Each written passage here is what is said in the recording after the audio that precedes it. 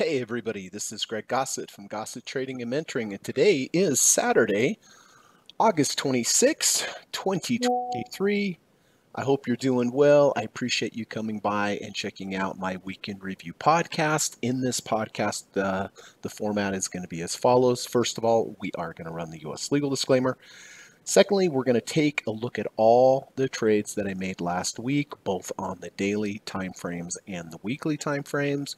We'll discuss when I entered the trade, exactly why I entered the trade, what was the setup, what was the strategy of why I entered the trade, and then most importantly, how we are going to manage the position, whether it went my way or didn't go my way. You know, it's very important that you have a complete process whenever you are going to trade, regardless of the time frame, regardless of the market. You need to position size correctly based upon your account size and the volatility of the market.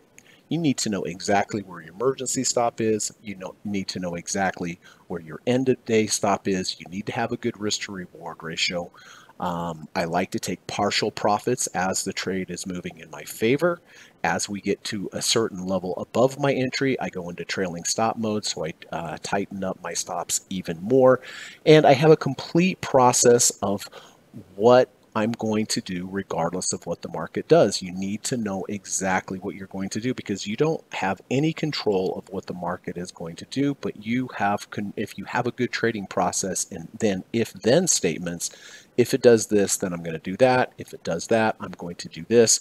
It makes trading much easier, much more holistic that you have a plan. And so you need to know exactly what you're going to do regardless of what happens. And as we go through the trades, I will show you. I know it may sound a little complicated and there's a lot of rules if you're new to this channel, but if you are interested in really learning how to trade, I do offer a one-on-one course. It's a 15-hour course. I'll speak more about it at the end of the podcast, but just want to mention here at the beginning that I teach you step by step all 5 of the trading approaches that I use. I've been trading for 28 years. I have a lot of experience. I've been through many markets, and if you want to learn a great skill that you can use for the rest of your life from someone that's been there and done it and is a good teacher, at least that's what I've heard from many of my students around the world, please just send me an email. The email is in the link in the description. Okay, so after we go through the trades, what we're going to do, we're going to talk a little bit about trader psychology. Always the most important skill in trading is the ability to create that plan that I've been talking about and to follow it, regardless of what the market does, regardless of what your opinions are. Don't have opinions in the market. Just follow the plan and the process that's designed for yourself. You start thinking to yourself, well, maybe this, well, maybe that, then you're off track. You need to get back in your lane. You need to get back in the profitable lane and just follow the process. So trading psychology is always very important. Like I said, it's the most important skill. It really is a skill. People don't think of it as a skill, but it is a skill, just like trading is a skill, but the ability to follow through on your trading process is also a skill. And I'm sure those of you who've been trading for a while, you can relate to what I'm saying. So we'll cover a little trading psychology as well. Then I've gone down through my master watch list, both on the daily time frames and the weekly time frames, and I've identified some trades that I'm looking for next week. Most likely those trades are not going to be where they need to be yet, but if they get there, then I'll consider taking the trade. And that's what I'll be going over both on the daily times and the weekly time frames. Don't have a lot of setups, but a handful on each time frame. And in trading, the way that I trade, I look for certain, if I'm getting long, usually the stock's going to have to go up, show me some momentum, or it's going to have to go down from where it is and reject some key type of level like the 300-day moving average, the 250, the 200, possibly the 30 RSI level. And then there are also other trading approaches I use like return to value V1s, V2s, or higher low V1s, V2s. But I'll explain this all as we go through. But there are some good potential trades that I'm looking for next week. So we'll go over that. All right, and I hope that's going to be helpful. And then we'll, at the end, I'm also going to talk a little bit about just the markets in general, where they're at structurally, and their patterns and so forth, and kind of give you my 2 cents on what I'm seeing as far as the direction of the market. Okay, so that's what we're going to do today. So hang tight. I'm going to run the U.S. legal disclaimer, and I will be back in about 40 seconds. Thank you. This video or live broadcast, like all instructional materials produced by Gossett Trading and Mentoring LLC, is created and published for informational and educational purposes only. Please carefully read and/or listen to the U.S. government required disclaimer before watching this video or live stream broadcast. The video link and disclaimer text are located in the description section of this video or live broadcast, here and here. Thank you so much.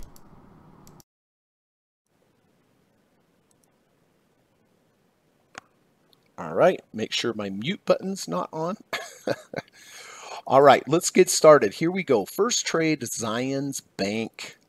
This was a short position that I've been in for multiple weeks, as a matter of fact. On this day back here on the 27th of July, we rejected the 70 RSI. We had a V1 to the downside. We rejected the 200-day moving average. A lot of confluence combinations of signals telling me that this was going to go down. I did not take it on the day that it triggered because it was a little far extended from the 200. I wanted to give myself a better risk to reward ratio and see if the market could move up a little bit, check back a little bit, give me that better risk to reward ratio. And it did, and I took advantage of it, and I shorted here at 38.20.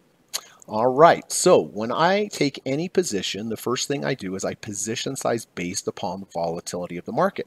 Whether long or short, it's all the same, and it has to do with what your total trading capital is. Let's just use a hypothetical $100,000 trading account. 1% is generally what I use. So if you have a hypothetical $100,000 trading account, 1% is $1,000. So I take $1,000. By the way, if it's a million, you take 10,000. If it's $50,000, it's 500. You understand? So whatever it is, but in this case, I'm going to use a hypothetical $100,000. 1% is 1,000. I'm going to divide it by the value of the 2 ATR divided by 2.73. It's going to tell me to short 366 shares. So that takes into account the volatility of the last 20 days. It's very important. Your position size is one of the most important things. It's the first thing you start with, but it's one of the most important things. So I get short here at 38.20. Then I know how many shares. I'm going to short 366. Then I use the 2 ATR to tell me where my emergency stop is. And then whatever my entry price is if in a short position, whatever that 2 ATR is above me is going to be my emergency stop. So if I have 366 shares and it moves to my emergency stop up $2.73, I lose $1,000. Makes sense? So I always know what my maximum allowed loss is going to be. Then I have my end of day stop. My end of day stop, 95% of the time, your maximum allowed loss is not going to hit there. It's there in case the worst case scenario happens. But my end of day stop is simply going to be a close over the 200-day moving average. See? So worst case scenario goes up 2 ATRs, I lose $1,000. But 95% of the time, if it just simply closes above the 200, then I'm out of the trade for a much lower loss than my emergency stop. So I got short here at 38.20. Now again, if it closed above the 200-day, I'm simply out. Now another level, as soon as I take the trade, I'm going to place my 1.5 ATR trailing stop level below my entry. So if it gets there, then I go into what is called trailing stop mode. Okay, so I got short at 38.20. Now another key important factor in my trading is taking partial profits. I take partial profits if the price moves my direction, the value of 0.45 ATR, whether I'm long or short, the next day. So got short here 38.20. Next day went down, but not enough for a profit target. Next day went down, did take a partial profit target off of 10% of remaining shares. Next day went down again, took a little bit more profit, and then I did get to trailing stop level, which means that now in the future, if I have a close above a previous bar's close in the short position, opposite if you're long, then I'm going to exit half of my position. Well, so got short here, moved down, took partial profits, got to trailing stop level. Next day, moved up, closed above the previous bar's high. I locked in half of the position that I had for a gain of 2.76%. Then it continued to move up. I thought, oh, we might close over the 200, but we never did. So I kept in the trade. We had a big move down here. Took another partial profits off here, locked that in, reduced my position size, reduced my overall risk. Then we flirted with the 200-day moving average again, never closed above, and then we had a down move. Took some more profits here, took some more profits here. So the trade is doing very, very well. The remaining shares that I have right now on this particular short up 12.01%. But you see, this is the key to trading, everyone, is finding a level, in this case it's short, but finding a level that gets rejected above you, but that's very near where your entry is. So therefore, if it closes above, you're just out for that quick small loss. But if you're right and you get something that trends, you can really make some nice gains like this one, 12.01% on the remaining shares. So really good trade on Zions. Pfizer. Okay. Well, Pfizer's been a great trade so far. I did take this back on the 16th of August at 35.43. What was the setup? The setup is what's called a higher low V1. The two green bars here, this is the value zone. This is a very good place to enter trades. You don't want to, if you're long, you don't want to buy over value. Makes sense, buying over value, right? It's better to buy in the value or buy value, in this case buy in the value zone, and sell above, or buy below value, such as a deep dip buy, sell in value. That's usually how it works. So the two green lines are the value zone. For a higher low V1 or V2, the rules are we must first close below the value zone, like we did here. Secondly, we must rally into the value zone, like we did here. We must pull back and then create what's called a V1 or a V2 entry. Now, if you go to my YouTube channel, in the lessons playlist, I have a video called V1, V2 entries. And do yourself a favor, it's totally free. Go watch that video. V1s and V2s are such a huge part of my trading. And they're really the bread and butter of my trading, especially in conjunction with other things like under 30 over 30s, deep dip buys to the 200, 250, 300 SMAs. But they're a great setup because what they, in this particular case, we have two bars here. A V1 always consists of two bars, bar 1, bar 2. Bar 2 goes below the low of bar 1 and then closes above the close. That is the setup. Very, very simple, but it has to happen in the value zone, and it's called a higher low V2 because this higher low, this low is higher than the previous low, which is important for a lot of different reasons. So I entered here, 35.43. I position size. I placed my emergency stop 2 ATRs below, as I mentioned at the beginning of the video. And now my end of day stop on a higher low V1 or V2 is halfway of the washout bar. You can see this is the washout bar that created the V1. Halfway the washout bar is the pink bar. So I entered here 35.43. In the future, simply if we close below halfway of this bar, I am out for a most likely a very small loss. I mean, even if we got to my emergency stop, it's still only 1%, right? But again, that only happens 5% of the time. 95% of the time on a higher low V1, V2, it's simply just going to close below. You're out for a small loss. Never fun to have a loss, even if it's small, but you're going to forget about it. You're going to get on to other trades, right? So I got here, short here, 35.41. As always, I place my 1.5 ATR trailing stop level above. If I get there, it doesn't mean I do anything. It just means now I'm in trailing stop mode. And as always, as it moves my direction, I take partial profits if it moves the value of 0.45 ATRs from my entry. Well, the next day, massive day up. not only did I hit 2 profit targets, took 20% of the trade off, I also got to trailing stop level, which now means in the future, if I have a close below a previous bar's low, I'm going to get out of half of my position. All right, so higher low V1, entered 35.43, moved up, took some nice profit targets. Next day moved up again, not enough for a profit target. Next day moved up again, took more profits off. Remember, I'm in trailing stop mode. And then on Thursday, we had our first close below the previous bar's low after reaching trailing stop level, which means I exited 1/2 of the remaining shares that I have. And I exited those for a 1.96% profit, which was great. And then on Friday, we moved up again nicely. Another V1. Do you see the V1 here? On Friday, we moved up again, hit another profit, took more off. So the remaining shares that I have on this particular trade up right about 2.64%. So nice trade there on the higher low V1 in the value zone. Tesla. Okay, so this is an approach I've been using for approximately the last 6 months. I did a video on it in my YouTube channel if you'd like to go watch it. Why island reversals and abandoned babies, crazy names, I know, right? Are one of my new favorite setups. And I love these. I really do because, well, I'll show you why I took the trade first. This is on Tesla.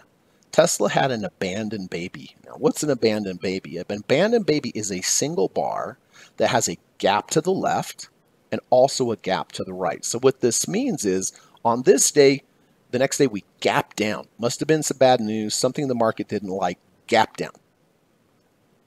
Right the very next day after this gap down happened, we gapped up.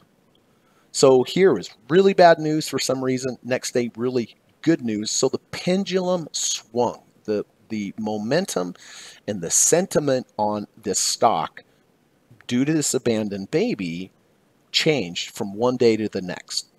Nobody liked it. Oh, never mind. Everyone liked it.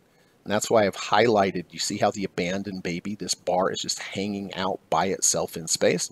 So the next morning when it opened, I could tell that it did create a abandoned baby. So I immediately got long at 221.70. Now, with this particular setup, it's very, very simple. Once I find an abandoned baby or a island reversal, it's very, very simple. Usually I take partial profits, I get to trailing stop levels, all this stuff in the majority of the strategies that I have. But I wanted to create a strategy which is very, very simple for me and less things to do.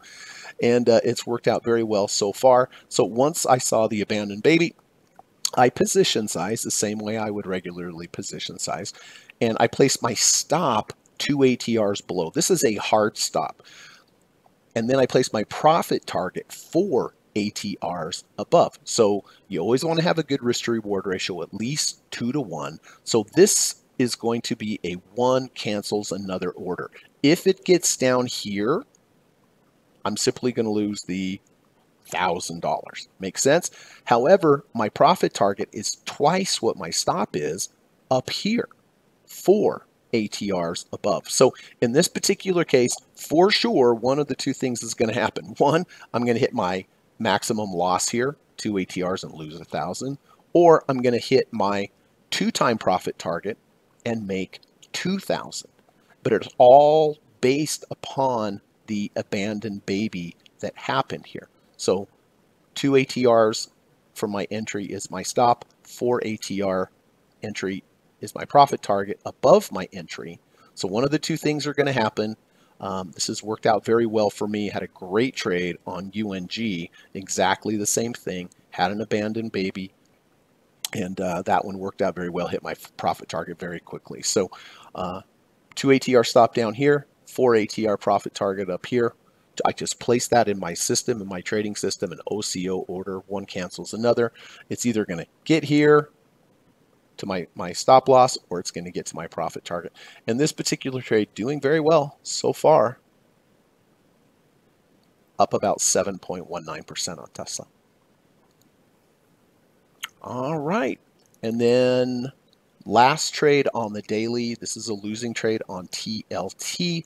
I did buy TLT here when we went under 30 during the day and then closed back over 30. This is one of my deep dip buy approaches. Now, they don't, of course, always work, but they work more than they don't work.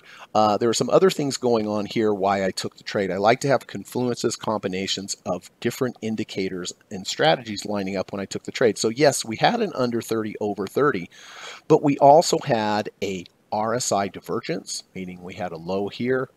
The RSI was deeper. Here we're lower. The RSI was not as deep. That's indicating to me that we're running out of selling momentum. We also have a ATR divergence. On this low, we got below the 6th ATR channel. On this low where I bought it, it was lower, but it was only at the 4 or almost 5. So there was an RSI divergence here. There was an ATR divergence here, but then so that's good big picture, but then I'm just waiting for the trigger of the trade, which was the under 30 over 30. So I took it, I position sized, I placed my emergency stop 2 ATRs below, I placed my 1.5 ATR trailing stop level above. The next day went up, but the next day came down, closed below the 30 RSI, it did the opposite of why I took the trade. I took the trade because it rejected the 30 RSI, and then we had a close below the 30 RSI. Excuse me, so I had to get out for a loss of 0.99%. Now, the next day, it went back over 30. This would have been another legitimate trade to take. I decided not to take this. I was looking at something else, and that one was the one that worked. So I had the general idea of the level. I just did not take the second trade here, and now, of course, we had a pretty big, nice move up here. So just a review of the daily trades. Zion's up, the Zion short up 12.01%. Pfizer remaining shares up 2.64%. Tesla up 7.19%. TLT had the loss of minus 0.99%. So, you're not always going to have positive trades, but if you watch this channel and you watch my positions, what you will see is when I'm right, I let the trade run, and when I'm wrong, I quickly get out of the trade. And if you've watched this channel for a while, you will definitely see that the winning trades are much higher than the losing trades.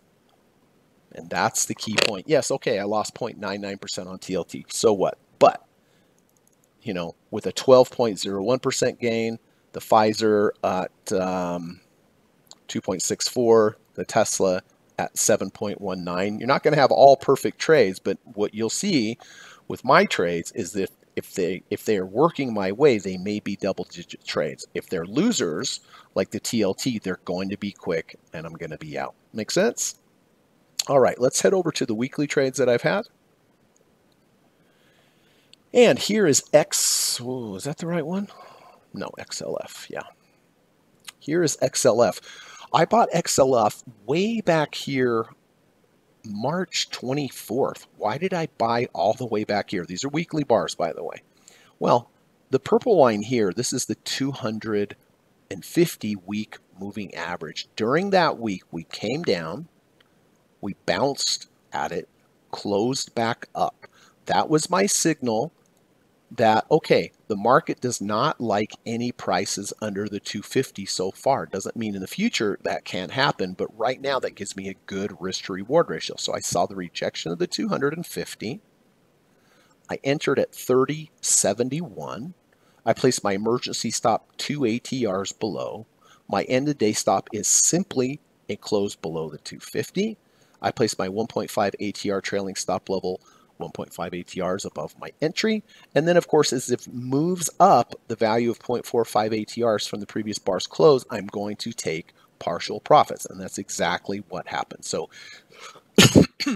excuse me, entered at 30.71. Next week, moved up, took some profits. Next week, didn't do much. Next week, took some more profits, and we also got to trailing stop level. So now I'm in trailing stop mode, which means if I have a close below a previous bar's low, I'm going to get out of half my position.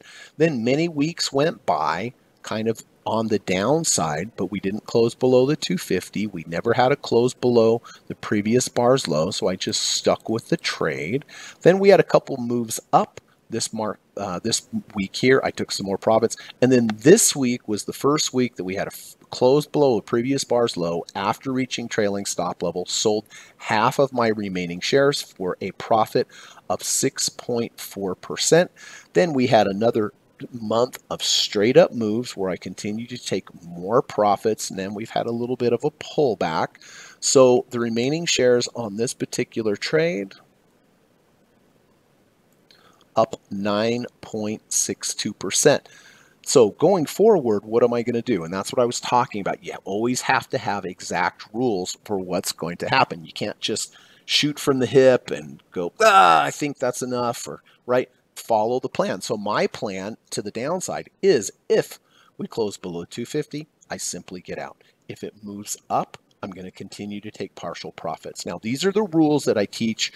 This is an example of the rules that I teach in my one-on-one stock trading course. Is when you start getting up into the 65 RSI level, for example, if XLF starts moving up again and we get to a 65 RSI level, then a close below the 5 EMA, I will get out of the entire position. Alternatively, if it just continues to move up and rejects the 70 RSI level, if it does reject the 70 RSI level, then I will sell half of the remaining shares that I have.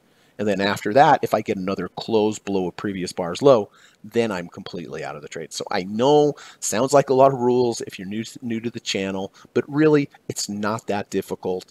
And that's what I teach. I'll teach you step by step in my one-on-one course exactly these rules. I'll test you on them. We'll run through lots of simulations. I just got done with teaching a couple students, great students, by the way. And they got these rules very, very, very quickly. But I teach you step by step in this course exactly these rules. And I make sure you know them by testing you with a lot of simulation trades that we do. Okay, so this particular trade, the remaining shares up 9.62%. All right, last trade, XLRE, which is a real estate ETF. I took this trade all the way back here on the 2nd of June. Again, does this look familiar? Looks familiar to Pfizer, right? Close below the value zone, into the value zone, pull back, and now here's a V2. Bar 1, bar 2, bar 3, bar 2 washes out the low of bar 1. Bar 3 closes above the close of bar 1. I entered here 36.32. I position size. I placed my emergency stop 2 ATRs below. Remember what the end of day stop is on a V2. It's halfway of the washout bar. So if it closed below this pink line, which is halfway of this bar, I get out. We moved up, we came back down. This is interesting. This is the power of the halfway bars. You see how we got right to that and we stopped. If we would have closed below it, I would have gotten out. Next bar did test halfway, moved up, took some more profits, by the way. And then we moved up here, took some more profits here as well. Then we got to trailing stop level, 1.5 ATRs above. Then we had our first close below the previous bar's low, locked in a gain of 2.12% on half the shares. But this is a great example here, again, of the power of that stop, the power of that halfway. 2 weeks ago, look, we came right to the penny of that halfway. There is legitimate support at that halfway and bounced, kept me in the trade. This week, we went below it, but closed back above it. That kept me in the trade. So one half, I got out with a profit of 2.1%, and then the remaining shares here just about break even, up a little bit, up 0.3%. All right, so this is a good example of this halfway bar and how important it is. So just recap on the dailies, on the weeklies, the remaining position that I have on XLF up 9.62%.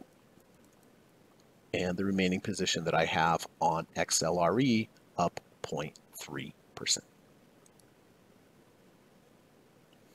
All right, let's do a little trader psychology. So this is my friend Sarah Caitlin. You can follow her over on Twitter. She has a great channel. It's a very funny channel. She's smart. She's clever. She's a trader as well, but she has great comments on life and trading. Do yourself a favor. You get some good information and some good laughs. Follow her at Sarah_Caitlin over on Twitter. I really suggest that you do it. I think you will really enjoy following her. But I saw this. I saw this tweet that she put out, and this could apply to many aspects of life. But this is a trading channel. This is a trading podcast, so we're going to relate it to trading. But it's so true. Sarah says, 2 thoughts as you lay your head on that pillow tonight. If you spend all your time chasing butterflies, they'll fly away. Tend your garden, and the butterflies will come to you. Don't chase, attract. So what in the world does this have to do with trading? Well, look. Let's just change the words around a little bit. If you spend all your time chasing money, the money will fly away. Tend your garden, or in other words, tend to your trading process, and the money will come to you. Don't chase that money, attract that money. How do we attract that money without chasing it? We focus on our process of trading, our rules, our position sizing based upon the volatility of the market, knowing where your emergency stop is, knowing where your end-of-day stop is, being patient, waiting for the right setup, taking partial profits as the trade moves your way, knowing where your trailing stop level is if you hit it, having a process to manage that trade regardless of what the market does. Again, you cannot control the market. The only thing that you have in your control is being patient, waiting for the right setup, your position sizing, your end-of-day stop, your emergency stop, taking partial profits, knowing where your trailing stop level is, knowing significant overhead resistance levels and what the price action is doing and when you're going to get out. So that's it. Again, let's interject the words. If you spend regarding trading, if you spend all your time chasing money, the money will fly away. Tend your process or follow your process, and the money will come to you. Don't chase that money, attract it by having a good trading process that uses good trading principles. So I hope that makes sense, the analogy. Please follow Sarah. I promise you, you'll be happy that you did. She makes me laugh all the time. She has some great chart setups there as well. So thank you, Sarah. Appreciate that. Hope you have a lovely weekend, and thank you so much for the great post. All right, now let's get on to potential trades for next week. So again, these are not going to be where they need to be for me to get in the trade yet. I know exactly the levels that I'm looking for, but I have to be patient and wait for those levels. Okay. Here we go. GDX. Well, you hear me talk a lot about higher low V1s, V2s. You hear me talk about return to value V1s and V2s. Again, this is what I teach in my one-on-one, one of the strategies that I teach in my one-on-one course. Higher low V1s, V2s, return to value V1s, V2s, some of my favorite trading approaches. And GDX, which is the gold miner ETF, is really setting up potentially nicely for Monday. This is only for Monday trade. Well, look, here's the 2 green lines. This is the value zone. We are clearly below the value zone. Now look, we've come up into the value zone, and now we're pulling back. We've rejected the -1 ATR channel. MACD has turned green. Again, for me, I will consider taking this trade Monday and only Monday if we form a valid V2. V2, remember, consists of 3 bars. Bar 1, bar 2 goes below bar 1's low, washes it out. And then on Monday only, if we close above bar 1's close, then we have a higher low V2 in the value zone. This is one of the best trades. Statistically, this works. This has a win rate of about 77% of the time. So theoretically, if I take this trade 100 times, 77% of the time, it's going to be a profitable trade. And the profit factor on this is about 1.75. So 77% win rate, profit factor of 1.75 on average, pretty good odds, pretty good edge. But again, bar one's close is at 28.68. Bar two went below bar one's low, washed it out, ran out of sellers. That's why it moved back up. So Monday only, if we can close above bar one's close at 28.68, then I have a completed and validated higher low V2 in the value zone. Some of my biggest percentage moves have come from this particular setup. But again, only Monday and only if it closes above 28.68. And if it does, I'll position size. Of course, I'll place my emergency stop 2 ATRs below. Where will my end of day stop be? This is the washout bar. So halfway of the washout bar right here, giving me a very, very good risk to reward ratio. All right, so that's what I'm looking for. Monday only, GDX only if we close above 28.68. Morgan Stanley. Well. What I'm looking for on Morgan, what I like about Morgan Stanley, here's the negative third ATR channel right here. 92% of prices when they get to the negative third ATR channel stop going down or go up. On Friday and Thursday. Thursday we went below the negative third, closed above. Not enough for me to take a signal, but it's showing some strength there by doing that. Friday, we also went below the negative third ATR channel, closed above. But the RSI level is 28.95. What I am looking for is a close above the 30 RSI. Now, look what happened here. Thursday, we had a low. Friday, we went below the low. So we washed out the low, but we didn't have a V1 or V2. Monday, for example, if we move above the 30 RSI, we will also have a V2. And using these combination confluence of indicators lining up together is very, very important. And the more combinations, the more indicators that you have or triggers lining up at the same time, the more likely you're going to have a profitable trade. So on Monday, if we close above 30 RSI, we will mostly have a under 30, over 30, and a V2. That's a pretty good signal, right? Now, it doesn't have to happen on Monday. I would take this trade any time that it closed above 30 RSI. But I'm just saying on Monday, if this happens on Monday, not only will we have a close back over the 30, which is legitimate by itself, but we would also have the added benefit, sprinkles cherry on top, right, of a V2 as well. So I'm looking at Morgan Stanley potentially to take on Monday or next week if it closes above 30 RSI. Ideally, closing above Thursday's close would give us a V2 as well. That would be better than just an under 30 over 30, but I would consider taking both of them regardless of how they happen. Nike, well, so Nike really has gotten beat up here. My gosh. Has not participated in the rally whatsoever, but there's a couple things going on here with Nike that I'm interested in. First of all, you see the big gap down, and you see the bars here have held that gap. This is a potential island reversal. I talked about abandoned babies. Abandoned babies are one particular stock, one particular bar, excuse me. An island reversal is a group, several bars that gap down, and then all of a sudden they gap up.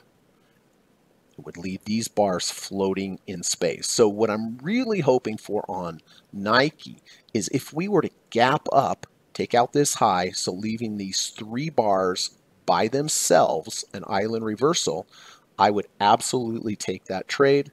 I would use the 2 ATR stop. I would use the 4 ATR profit target, just like I did with the abandoned baby on Tesla. Now, I would also consider taking the trade, even if we don't have an island reversal, if we have a over 30 RSI. But of course, the two together, a under 30, over 30, and just a gap up out of nowhere, which would take you over 30, but a gap up over out of nowhere would create this island reversal bar here. So either a gap up, if it gaps up, does the island reversal, then I'll use the island reversal rules, 2 ATR loss, 4 ATR profit. But if it doesn't gap up and just moves up with an under 30 over 30, I would also consider taking that as well to the long side. UAL, all right. Well, airlines really taking it on the chin lately. Any of my students out there, when they see this chart, they probably know exactly what I'm looking for. Look, first thing my eye is drawn to is this 200-day moving average. Some major level of support, some major moving average. Look back in time, it's respected it, went up, tested it, huge move up. Will it happen this time? I don't know, but if it's happened in the past, it's more likely to happen in the future. So next week, what I'm looking for, doesn't matter which day, Monday through Friday, if we bounce at the 200-day moving average, if we have a close under, close over the 200-day moving average, if we have an intraday rejection of the 200-day moving average, and gives me a good risk to reward ratio, I will definitely consider taking the trade. Now, I talk about confluences combinations of indicators. Look, RSI is at 35.95. One of the best confluence combinations of indicators is a rejection of the 200-day moving average. At the same time, you have a rejection of the 30 RSI, and that certainly could happen. That certainly could happen. So that's what I'm looking for next week, a potential rejection of the 200-day moving average, ideally with an under 30 over 30. So just quick recap on the potential dailies for next week.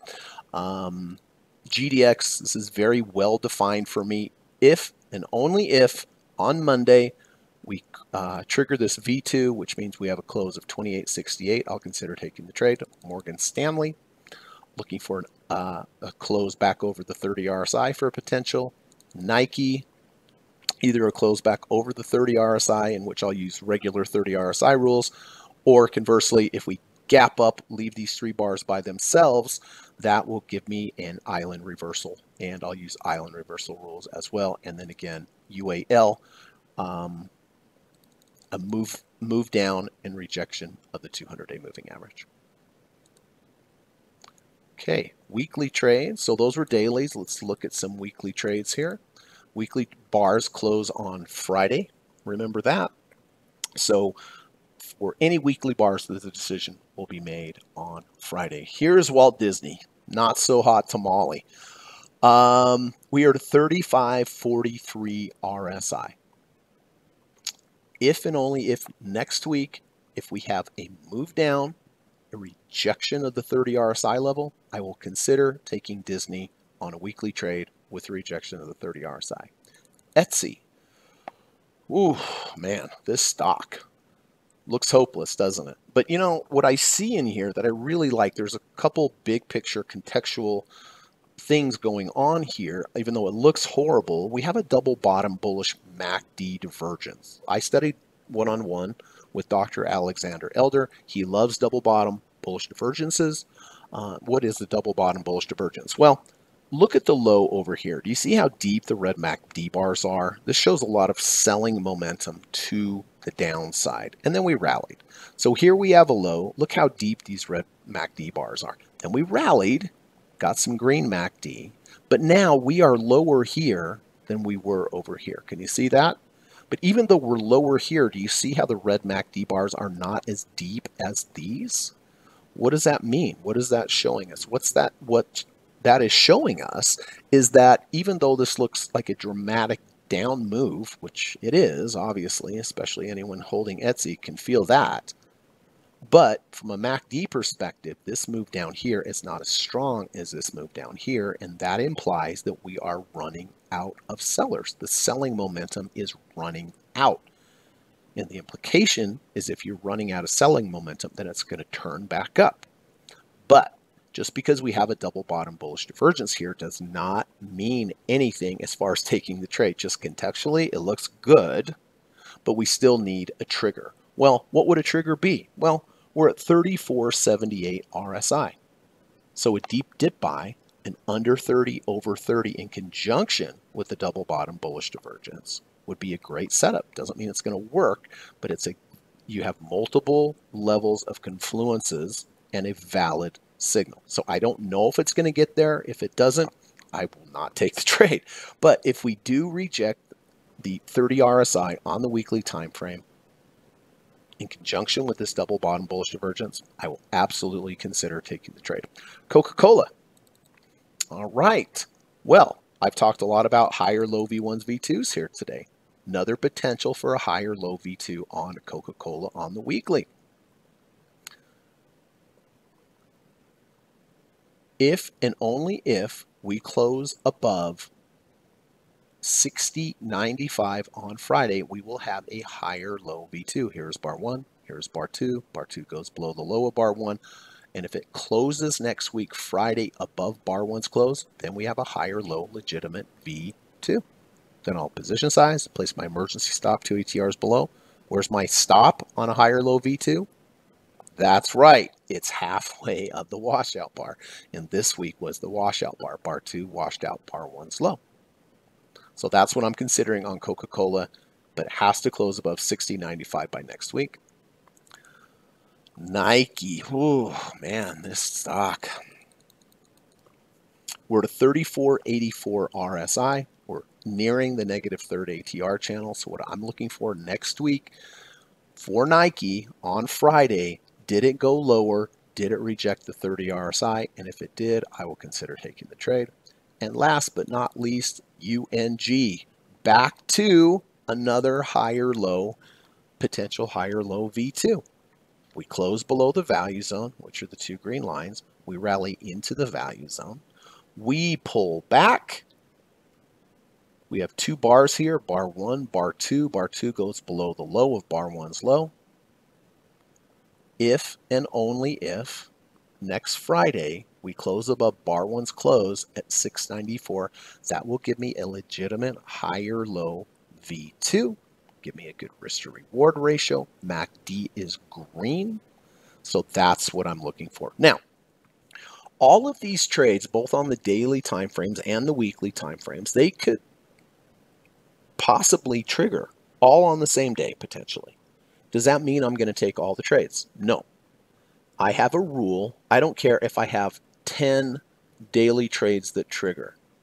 I'm not going to take all 10 of them. I only always take 1 trade per time frame. And how do I decide which one is going to be the best trade? Many things. I need to look at the risk to reward ratios. How many confluences of signals? What does the larger time frame look like?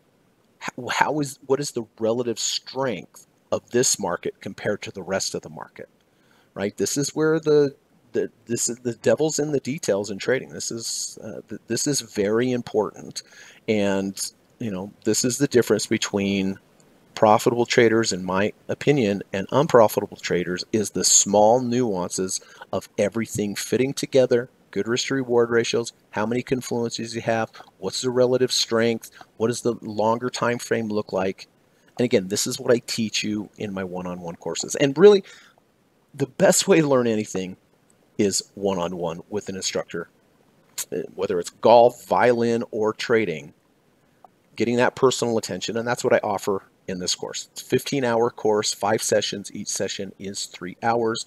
It costs $1,750, but I promise you it's worth every penny. I've taught so many people from around the world and had such good reviews, such good feedback. So, if you're serious about trading, you want to learn from someone that does know how to trade, has been through it all, and teaches all the time, just send me an email. We'll start the process. The course costs $1,750, but I promise you it is worth every penny, and you will learn a skill. So, one review on the weeklies. Walt Disney, I'm looking for an under 30, over 30 on the weekly for potential. Etsy, I'm looking for an under 30, over 30. Like this one a little bit better because of the confluence of the MACD, double bottom MACD positive divergence. Coca-Cola, only this Friday, only if it closes above 16.95, I will consider taking the trade. Nike, potential under 30, over 30 on the weekly. And then again, natural gas, only if next week we close above 60.94, giving me a higher low V2. So let's take a look at the markets in general. Let's just kind of see if we can zoom out a little bit and see what's going on. So, of course, last week, we had this rally up, then we had the NVIDIA earnings. Everybody got super excited. And then Thursday, we had that huge down move. That was brutal. I got to admit, that was brutal. It was one of the largest range days we've had in a long time. Now, halfway bars are very important. Of course, I teach this in my lessons, but once you see this, it's hard to unsee this. Whenever you have a big down bar, for example, if you get a rally, very likely if you get to halfway, see from here to here, halfway is right about here. That's why I drew this line. That is going to act as some kind of resistance. Alternatively, if you have a big up bar, and then if it comes back, halfway is going to support it, like on a V1 or V2, right?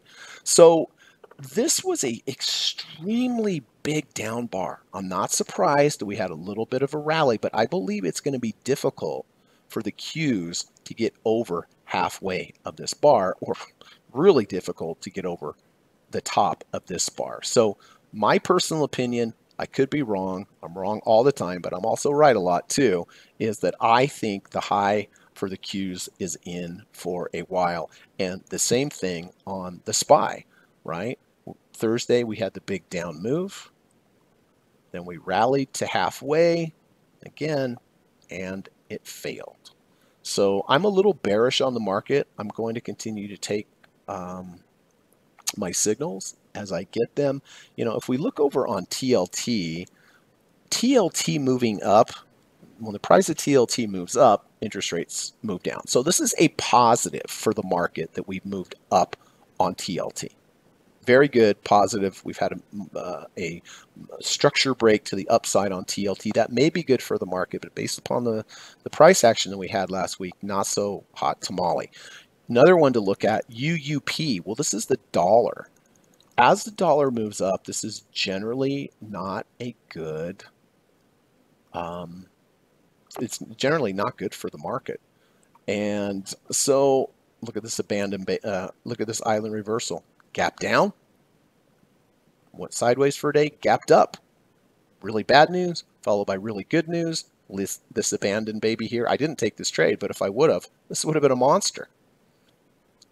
If you have time, go to my YouTube channel, watch the island reversal and abandoned baby video. I think you'll find it helpful. So for the dollar being so strong, this is not good for the market. So we have some mixed signals. We have bonds going up a little bit, which is good for the market.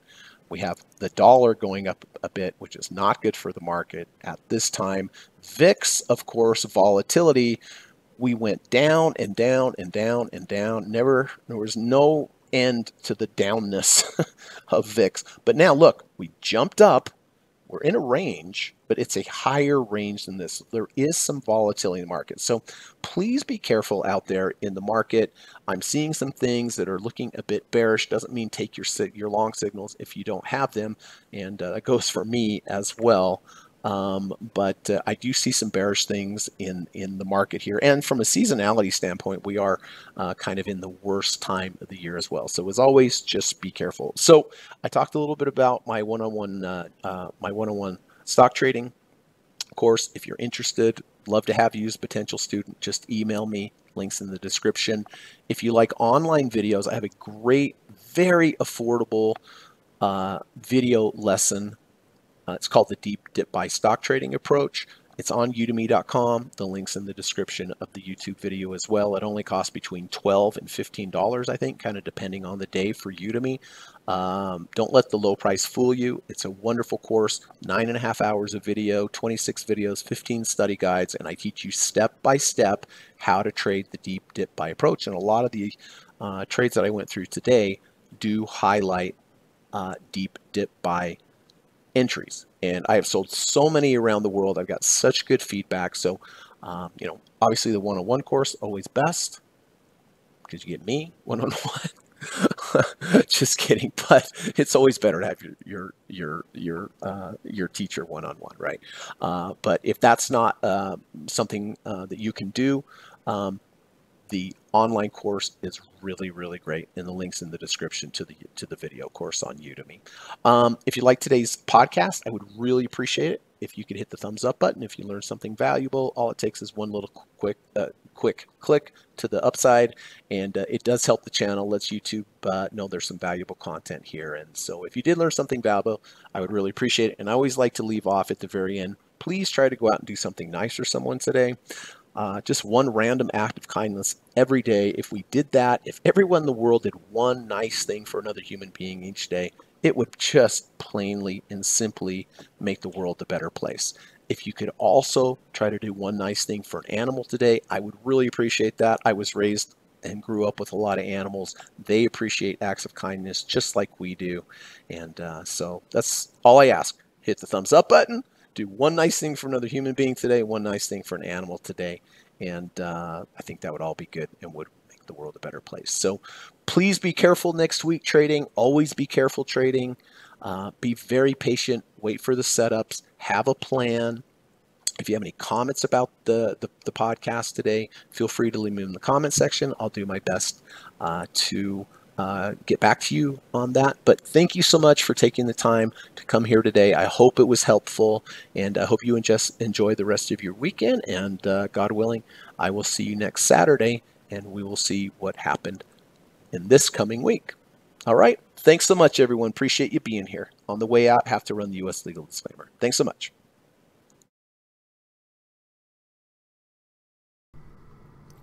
U.S. government required disclaimer. Futures and Forex trading is not appropriate for everyone. While there is a potential for large rewards, there is also a substantial risk of loss associated with trading. The material in this video or live broadcast is not geared towards any particular individual or to any particular financial situation and is not intended to meet the particular investment objectives of any viewer. This video or live broadcast, like all instructional materials produced by Gossett Trading and Mentoring LLC, is created and published for informational and educational purposes only. Any and all information contained in, implied, or referenced by this video or live broadcast is not to be construed as investment advice, and no representation is made that any individual or entity involved in production of this video or live broadcast is an investment or financial advisor or is registered or authorized to give any financial advice. We are publishers and educators only. Therefore, the various producers of this video or live broadcast will not accept liability for any loss or damage of any kind which may arise either directly or indirectly out of the use of any of this material, including any loss of profit. No representation is made that any account or investment will or is likely to achieve the profit or losses demonstrated. We recommend consultation with a licensed and qualified professional before making any investment decision. This video or live broadcast is not to be construed as an offer to buy or sell any security, financial instrument, or financial product of any kind. Notice is hereby given that any individual or entity involved in production of this video or live broadcast or their clients may have an interest in any security, financial instrument, or financial product mentioned or referenced. Any simulated or hypothetical performance result depicted does not represent actual trading and therefore may under or overcompensate for the impact of various market factors such as lack of liquidity. Thank you.